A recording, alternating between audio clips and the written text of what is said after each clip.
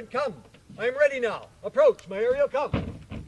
All hail, great master, grave sir, hail. I've come to answer thy best pleasure, be it to fly, to swim, to dive into the fire, to ride on the curly clouds. To thy strongest bidding, task, Ariel, and all her quality. Hast thou spirit performed to point the Tempest that I bade thee? To every article. I boarded the king's ship, now on the beak, now on the waist, the deck, in every cabin. I flamed amazement. Sometime I divide, and burn in many places. The topmast, the yards and bowsprit, would I flame distinctly. Then meet and join, Jove's lightnings, the precursors, oh, the dreadful thunderclaps. More momentarily, and sight outrunning were not. The fire and cracks of Sulphurus roaring, the most mighty Neptune seemed to besiege, and make his bold waves tremble. Yeah, his dread trident shake. My brave spirit, who was so firm, so constant, that this coil would not infect his reason? Not a soul, but felt the fever of the mad and played some tricks of desperation. All but mariners plunged into the foaming brine to quit the vessel. Then, all afire with me, the king's son, Ferdinand, was the first man that leapt, cried, "Hell is empty, and all the devils are here!" Why, that's my spirit.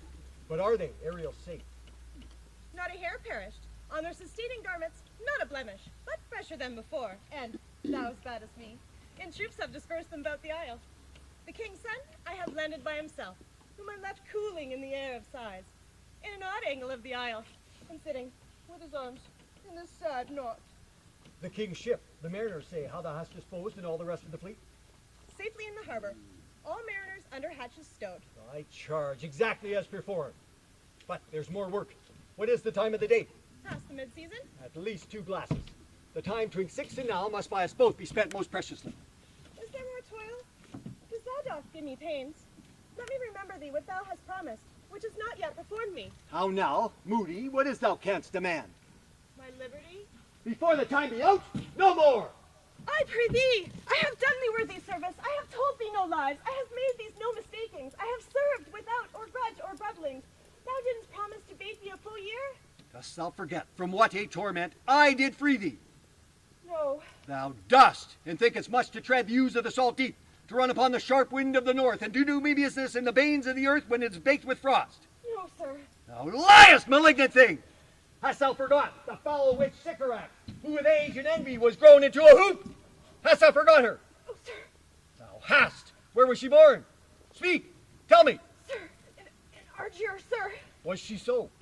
I must, once in a month, recount what thou hast been, which thou forgetst. This damned witch Sycorax, with mischiefs manifold and sorceries terrible, to enter human hearing from Argier, thou knowest was banished. Is not this true? Aye, sir. Blue-eyed hag was hither brought with child, and here was left by the sailors. Now my slave, as thou reportst thyself, was then her servant, and for thou wast a spirit too delicate to act her earthy and abhorred commands.